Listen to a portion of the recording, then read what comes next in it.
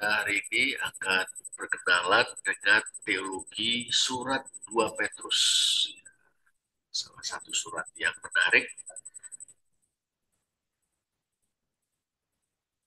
Kita sebagai pendahuluan, kita perlu memperhatikan bahwa surat 2 Petrus ini adalah sebuah surat dalam perjanjian baru yang menyebut Rasul Petrus sebagai pengarangnya. Rasul Petrus sebagai pengarangnya, ya nanti kita akan lihat lebih lanjut hal ini. Surat ini membahas berbagai tema yang terkait dengan iman Kristen dengan fokus pada isu-isu seperti pengetahuan, ya, lalu pertumbuhan rohani, otoritas kitab suci, ancaman guru-guru palsu, dan eskatologi atau akhir zaman.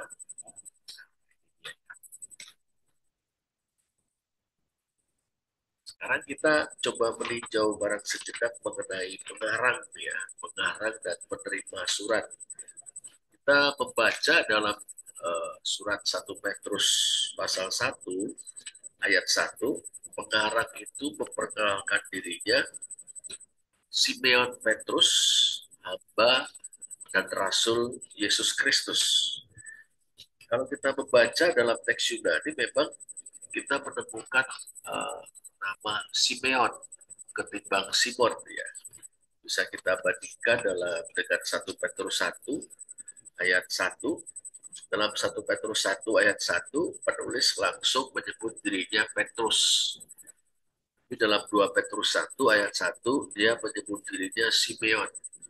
Simeon Petrus, ya, atau Simeon Petros dalam teks Yunani, sebetulnya tidak menjadi masalah karena Simon adalah format Yunani atau bentuk Yunani dari atau versi Yunani dari Simeon. Simon Petrus itu, Simon itu dari uh, nama Ibrani-nya adalah Simeon, ya.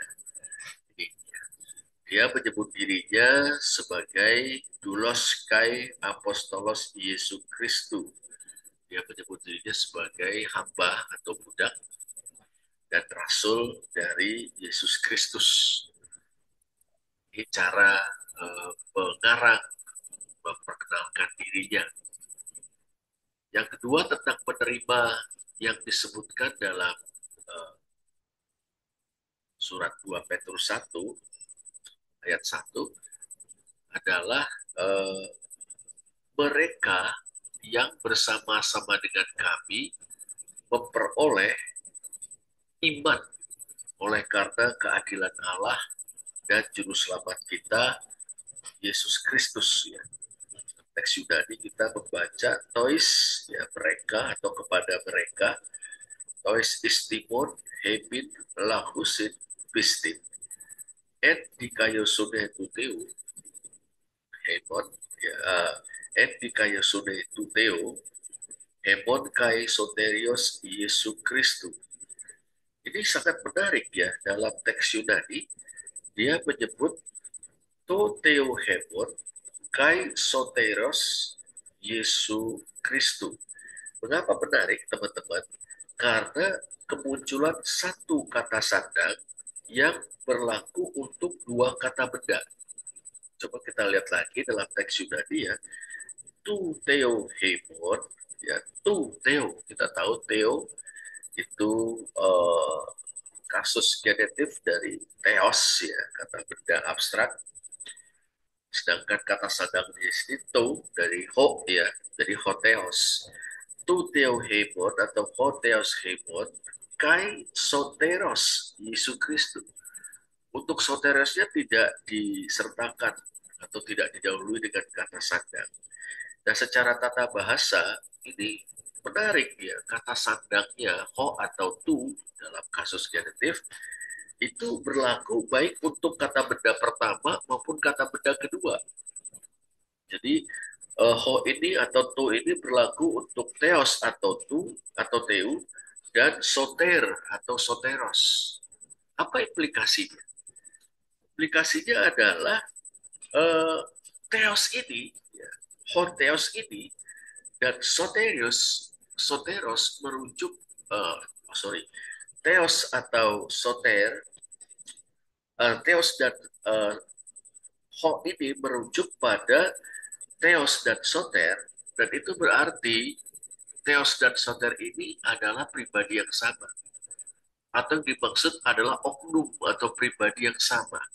Jadi bukan dua pribadi, yaitu hotheos dan ho soter, ya Allah dan juru selamat, sang Allah dan sang juru selamat, tetapi sang Allah dan juru selamat.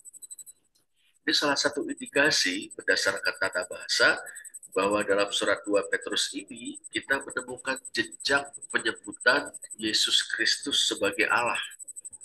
Ini dia. Memang tidak begitu kelihatan dalam teks terjemahan dalam bahasa Indonesia.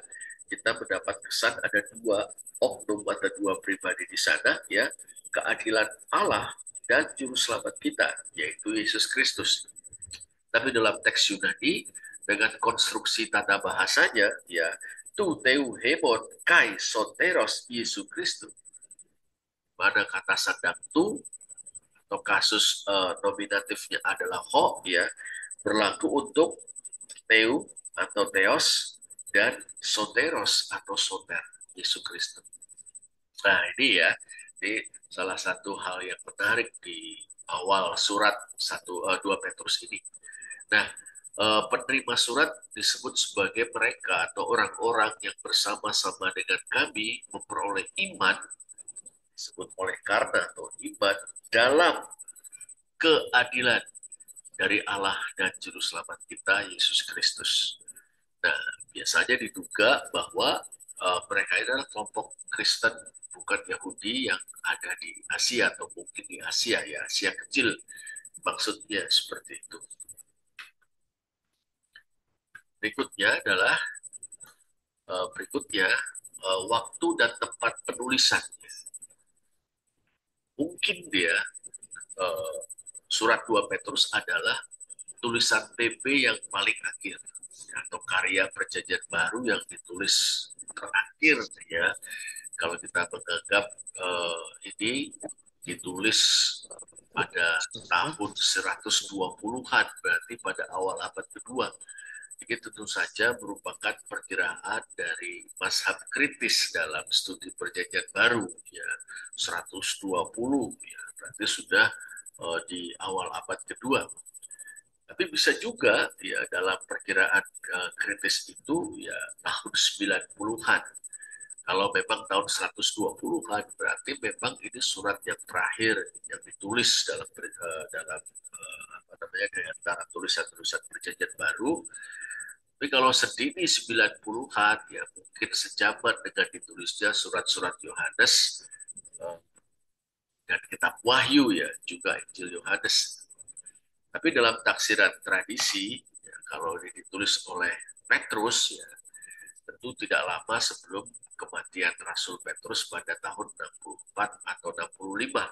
Dan kita tahu bahwa Rasul Petrus itu mati martir, mati syahid, ya, disalibkan di Roma pada tahun 64 atau 65 Masehi.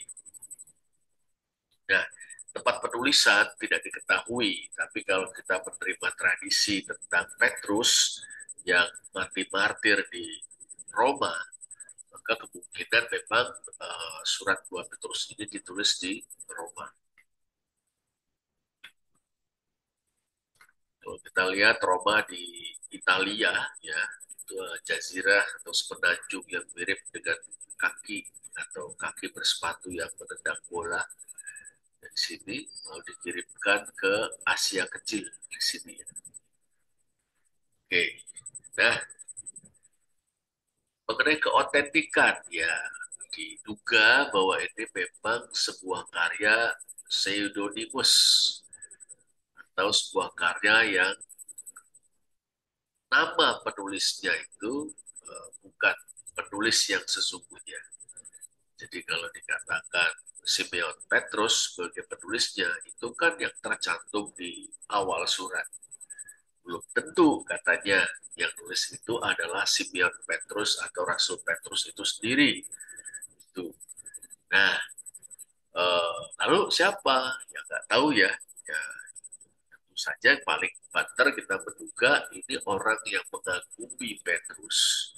Entah itu muridnya, ya, dan merujuk pada otoritas Petrus. Jadi bukan Rasul Petrus sendiri yang menulis, tapi dia mewarisi ajaran dan semangat Rasul Petrus, dan dia menulis itu mengatasnamakan Petrus untuk menyampaikan ajaran-ajaran yang diwarisinya dari Rasul Petrus. Jadi, jadi kalau dalam teori ini, ya pengarang pseudonymus, pengarang dengan nama gadungan atau nama palsu, kalau istilah sekarang, dia adalah seorang yang mengagumi Rasul Petrus, muridnya Rasul Petrus, memelihara warisan ajaran dan spiritualitas Rasul Petrus, lalu dia merasa perlu menasihati komunitas imannya, dia menulis dengan mengatasnamakan Petrus. Ini bukan sesuatu yang ganjil atau janggal pada zaman itu ya. Ketika seorang murid atau seorang pengikut itu atas nama guru atau pemimpinnya itu dia menyampaikan sesuatu yang pada intinya, ya, pada prinsipnya setia pada warisan ajaran spiritualitas dari guru atau pemimpinnya. Meskipun tetap saja terbuka kemungkinan bahwa ya Rasul Petrus sendiri yang menulis surat ini ya. Nah ini kita biarkan saja itu menjadi persoalan terbuka ya. Nah, dan surat ini merupakan surat yang utuh, artinya memang merupakan satu surat. Kan, sebutlah misalnya dua atau tiga surat yang dikompilasi menjadi satu. Itu salah satu isu yang sangat menarik dalam surat 2 Korintus ketika kita mempelajari surat 2 Korintus ya. Ada analisis yang memperkirakan bahwa surat 2 Korintus itu membuat atau merupakan kompilasi atau gabungan dari dua surat, dan juga yang mengatakan ada tiga surat, sehingga orang berspekulasi sebetulnya ada tiga surat Korintus, bahkan empat surat Korintus. Nah, tapi untuk surat 2 Petrus tidak demikian persoalannya, ini merupakan satu surat yang utuh, bukan kompilasi atau gabungan dari beberapa surat. Berikutnya adalah mengenai sumber dan jenis kesusastraan. Nah, iya. Kalau kita bicara tentang sumber, menarik bahwa surat 2 Petrus ini merujuk atau menyinggung atau mengandaikan sumber-sumber yang sudah ada sebelumnya. Kalau kita lihat misalnya di 2 Petrus 2 ayat 22a ya. 2 Petrus 2 ayat 22a itu kita membaca bagi mereka cocok apa yang dikatakan peribahasa yang benar ini. Anjing kembali lagi ke muntahnya, nabi yang mati kembali lagi ke kubangannya. Dia mengutip dari apa namanya Amsal ya. Ya, Amsal 26 ayat 11. Amsal 26 ayat 11. Dia mengutip sebuah peribahasa. Peribahasa. Lalu sering menyinggung teks-teks perjanjian lama yang lain. Itu bisa kita lihat di 2 Petrus 1 ayat 20 dan 21. Yang terutama harus kamu ketahui, ini dia apa namanya merujuk pada perjanjian lama yang disebutnya sebagai kitab suci. Dan tulisan ini atau surat ini mengasumsikan atau mengandaikan, memprasuposisikan lebih tepat ya, bukan mengasumsikan, memperandaikan bahwa penulisnya ini tahu tentang peristiwa transfigurasi atau peristiwa saat Tuhan Yesus dimuliakan di atas gunung. Peristiwa transfigurasi yang luar biasa itu saksi matanya tiga, ya, yaitu Simon Petrus, Yohanes, dan Yakobus. Saat ketika Tuhan Yesus itu berubah rupa,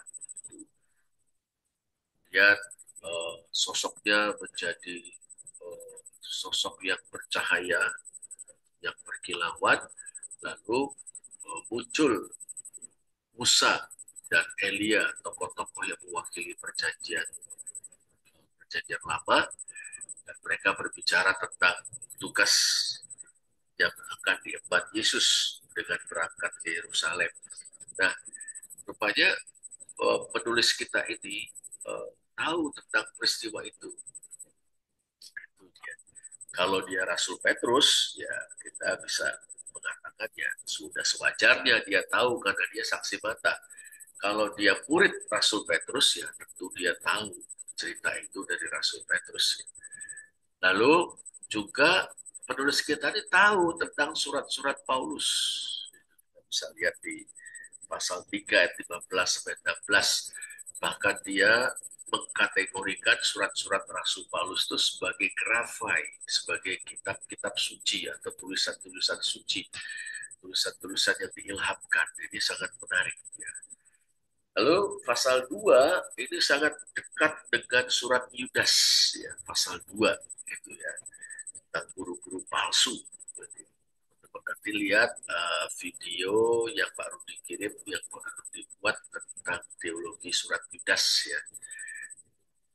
Lalu kita lihat juga dari segi genre atau bentuk atau jenis kesusastraan, ini merupakan sebuah testamen atau wasiat ya. Kita bisa lihat ya 12 sampai 15 itu kata-kata dia.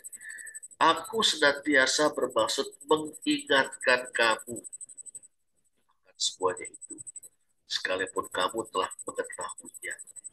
Aku menganggap sebagai kewajibanku, ayat 13, untuk tetap mengingatkan kamu akan semuanya itu.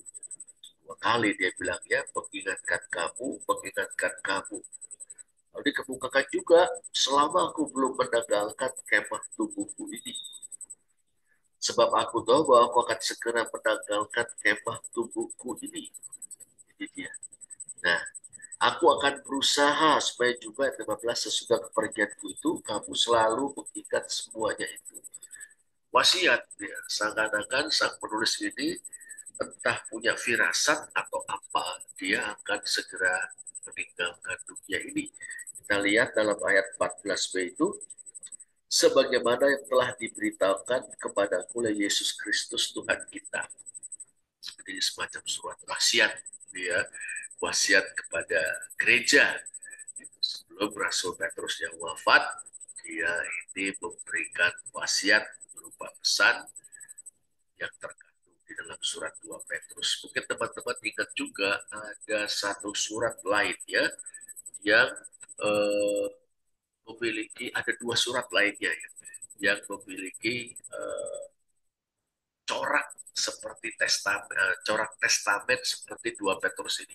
Mungkin ada yang tahu, ya ada yang ingat juga dua surat dalam perjanjian baru. Dua-duanya surat Rasul Paulus. Itu seperti sebuah wasiat sebelum yang bersangkutan meninggal dunia. Itu ada surat Filipi, ya. Dia bilang kan di Filipi 2:18 ya, bahwa darahku sudah mulai dicurahkan. Ya sudah ada, kalau surat Filipi kita terima sebagai surat terakhir otentik tulisan Rasul Paulus, nah ini surat wasiat ya, sebelum beliau dieksekusi. Satu lagi lah surat 2 Timotius, dia juga mengatakan bahwa kepada Timotius di 2 Timotius pasal 3 itu, bahwa dia sudah di garis akhir, sudah mendekati garis akhir, menyelesaikan pertandingannya.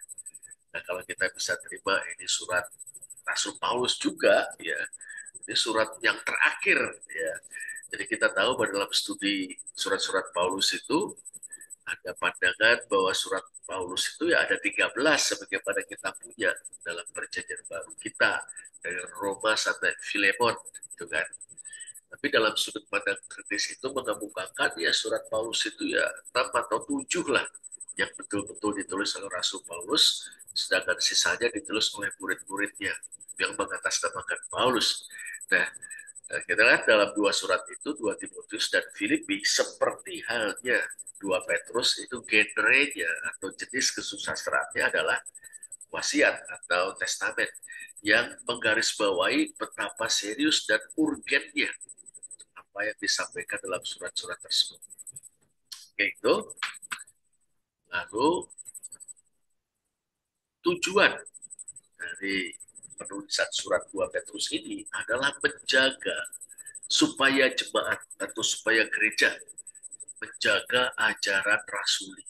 Nah, ada suatu concern atau suatu keprihatinan, suatu kepedulian, ya, di mana the church, the apostles left behind, itu tetap menjaga ajaran mereka. Ya, the church, the apostles left behind, itu artinya gereja yang ditinggalkan oleh para rasul.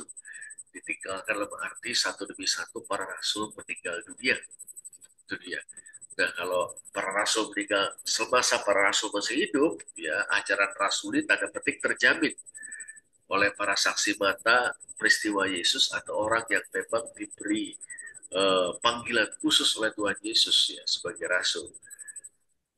Tapi bagaimana kalau mereka itu sudah tiada?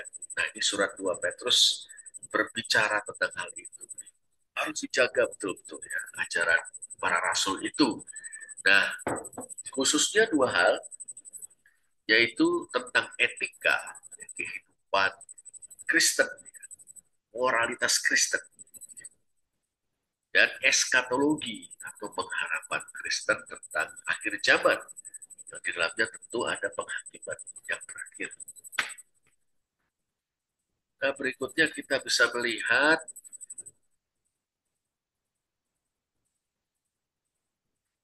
mulai melihat teologi dalam surat 2 Petrus ini. Ya, bicara tentang pengetahuan tentang Allah dan Yesus Kristus, panggilan untuk bertumbuh dalam iman, kepastian keselamatan, otoritas kitab suci, peringatan tentang guru-guru palsu, tema-tema eskatologis, pengharapan akan ciptaan yang baru, nasihat dan peringatan terakhir, dan singgungan tentang surat-surat Paulus. Nah, kita lihat ya satu demi satu secara singkat. Pertama soal pengetahuan ya, epignosis. Ini epignosis ya, ini sangat penting sekali. Yang dimaksud dengan pengetahuan atau epignosis sendiri adalah pengetahuan tentang Allah dan Tuhan kita Yesus Kristus.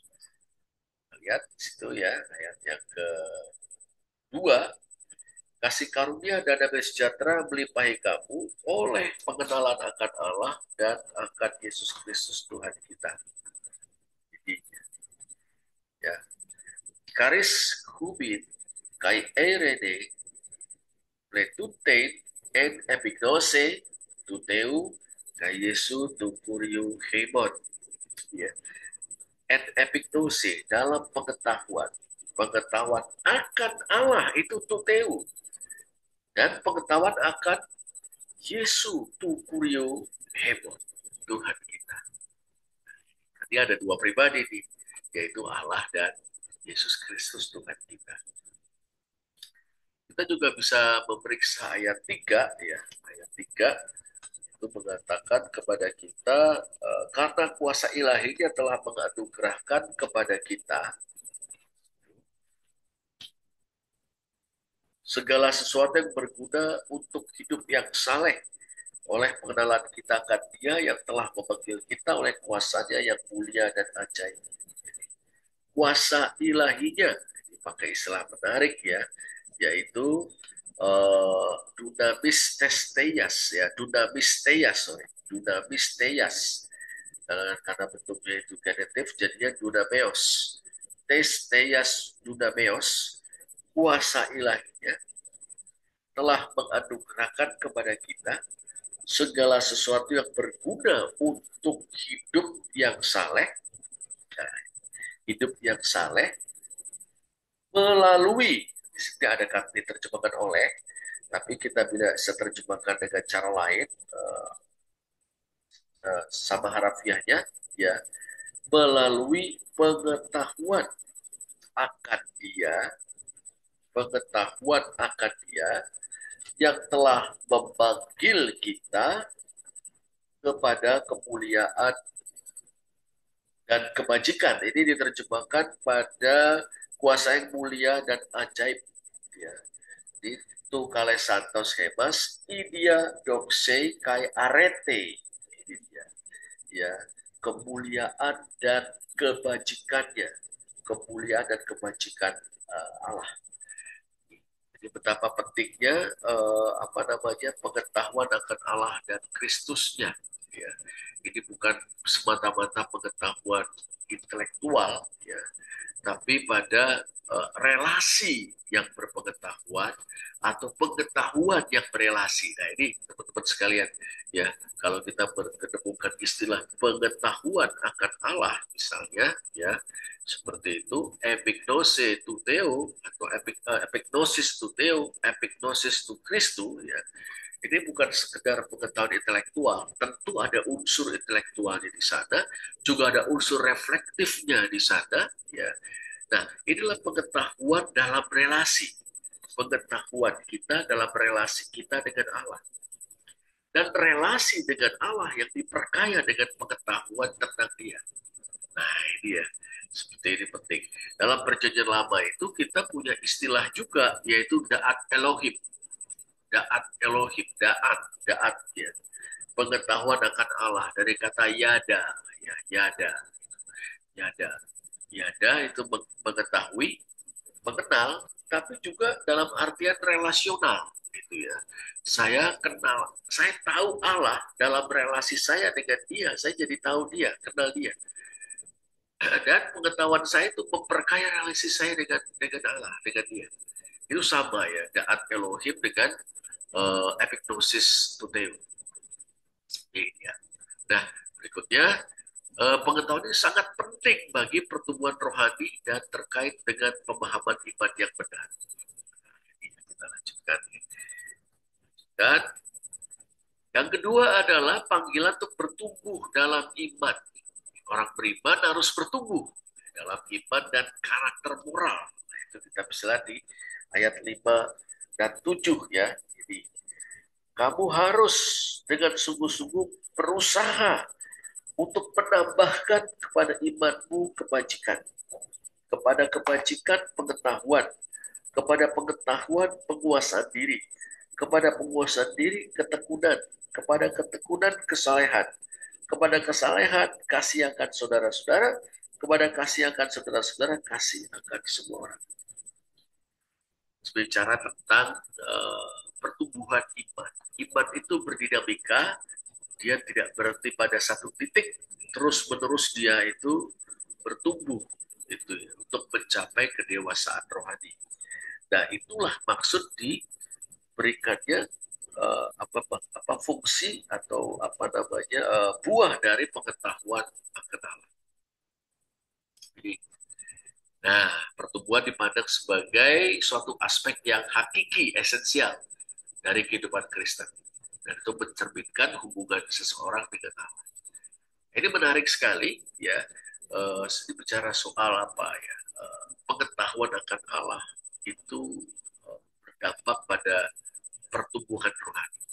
Dan di dalam pertumbuhan rohani itu terdapat juga pembentukan karakter atau pembentukan moral Kristen kita.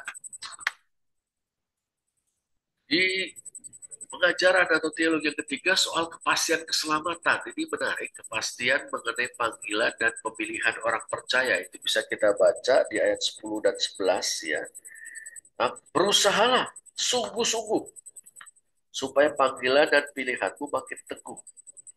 Jika kamu melakukannya, kamu tidak akan pernah tersandung. Dengan demikian, kamu akan dikaruniakan hak penuh untuk masuk ke kerajaan kekal, yaitu kerajaan Tuhan dan Juru Selamat kita, Yesus Kristus. Nah, teman-teman sekalian, ini Petrus ini atau penulis kita ini sangat berorientasi pada apa namanya ya, tanda petik bukti dari keselamatan kita. Betulkah kita telah dipilih? Betulkah kita telah dipanggil oleh Allah untuk mengikuti Yesus Kristus, untuk diselamatkan? Gitu. Nah, ini jangan lupa nih, kepastian keselamatan itu tidak terpisahkan dari buah-buah yang dihasilkan oleh orang yang mengaku telah diselamatkan. Nah, ini menjadi sebuah dorongan nih, ya. Ini agak nanti kalau kita jauh ke abad 17 di Inggris ya, kaum Puritan atau orang-orang Calvinis Puritan Inggris itu mereka bergumul, mereka berdebat juga tentang apa indikasinya kalau seorang itu memang dipilih Allah untuk diselamatkan. Kalau dia pilihan Allah, Allah telah memilih dia sebelum dunia dijadikan. Nah, kaum Puritan itu mengemukakan eh, apa yang nanti termasyur sebagai silogismus praktikus, ya, penyimpulan dari praktek silogismus praktikus. Kalau betul seorang itu telah dipilih Allah, gitu, mesti ada buah-buah keselamatan dalam hidupnya. Hidup dalam kekudusan, hidup dalam kebenaran, ya, kerja keras, tidak menyia-nyiakan waktu, sebagai kepala keluarga bertanggung jawab atas istri dan anak-anaknya, berhemat. Dengan demikian ada suatu apa ya, hidup dalam kesejahteraan. Jadi oleh kaum Calvinis Inggris pada waktu itu atau kaum Puritan ya, ini disebut silogismus praktikus. Gimana kita bisa tahu bahwa kita ini memang telah dipilih oleh Allah untuk diselamatkan? Jadi tanpa buah-buah keselamatan tidak bisa bicara tentang pemilihan yang menyelamatkan kita. Nah, itu ya. Lalu yang berikutnya adalah otoritas kitab suci. Pengarang kita menekankan bahwa pewartaan para nabi yang terdokumentasi dalam kitab suci pertama-tama adalah eh, Perjanjian Lama atau Alkitab orang Yahudi. Yang kedua mencakup juga surat Paulus. Ini otoritasnya nggak boleh main-main ini. Ya. Ini diinspirasikan Allah. Gitu. Buatan para nabi didorong oleh Roh Kudus. Secara tersirat kalau nanti kita hubungkan dengan 2 Petrus 3, 15, 16, begitu juga tulisan-tulisan Rasul Paulus. Lalu ada suatu peringatan tentang kiprah guru-guru palsu yang ajarannya ngawur, sesat, itu bisa kita sebut ajarannya ajaran antinomianisme atau kadang disebut juga libertinisme ya dalam diskusi-diskusi teologis di tahun-tahun yang silam ya, bid'ah yang merongrong gereja itu ya, apa namanya biasa dipetakan apa namanya eh, legalisme itu, harus melaksanakan Taurat, perbuatan baik sebagai syarat keselamatan, atau sisi sebaliknya, yaitu gak usah pedulikan aturan-aturan, tidak usah hidup bermoral karena sudah pasti diselamatkan. Ini biasa disebut antinomianisme atau libertinisme, gitu ya. Nah, rupanya gejala libertinisme sedang mengusik jemaat seperti itu, dan langsung Petrus ini atau penulis kita ini mengingatkan ini ada yang model-model kayak gini seperti itu. Dan ajarannya menyimpang dan perilaku mereka secara moral juga tidak bisa dipertanggungjawabkan. Nah, ada tema eskatologis ya untuk menangkis skeptisisme orang. Oh, Tuhan Yesus gak datang-datang kedua kali dari dulu sampai sekarang keadaan sama saja. Maka penulis kita itu mengingatkan itu karena kesabaran Tuhan. Pasti Yesus akan datang kedua kalinya, tidak berlambat-lambat, seturut waktu yang telah ditentukan. Nah, selama masih punya waktu, ini kesempatan untuk banyak orang bertobat.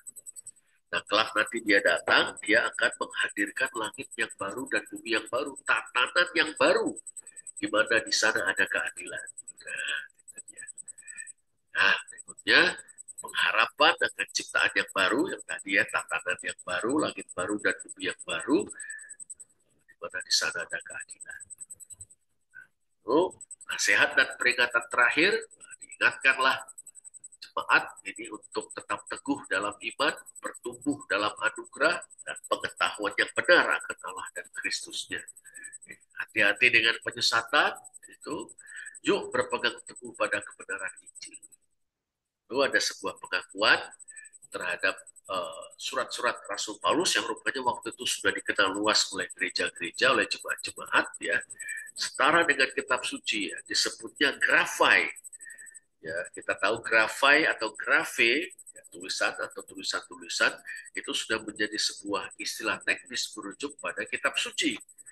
Pertama dan terutama kitab suci yang diwarisi gereja dari orang Yahudi, ya, Septuaginta dan Alkitab Ibrani, Hebrew Bible. Tapi rupanya tulisan-tulisan Paulus juga masuk dalam kategori grafe atau grafai juga. Nah, inilah sekilas perkenalan kita tentang teologi surat 2 Petrus, ya.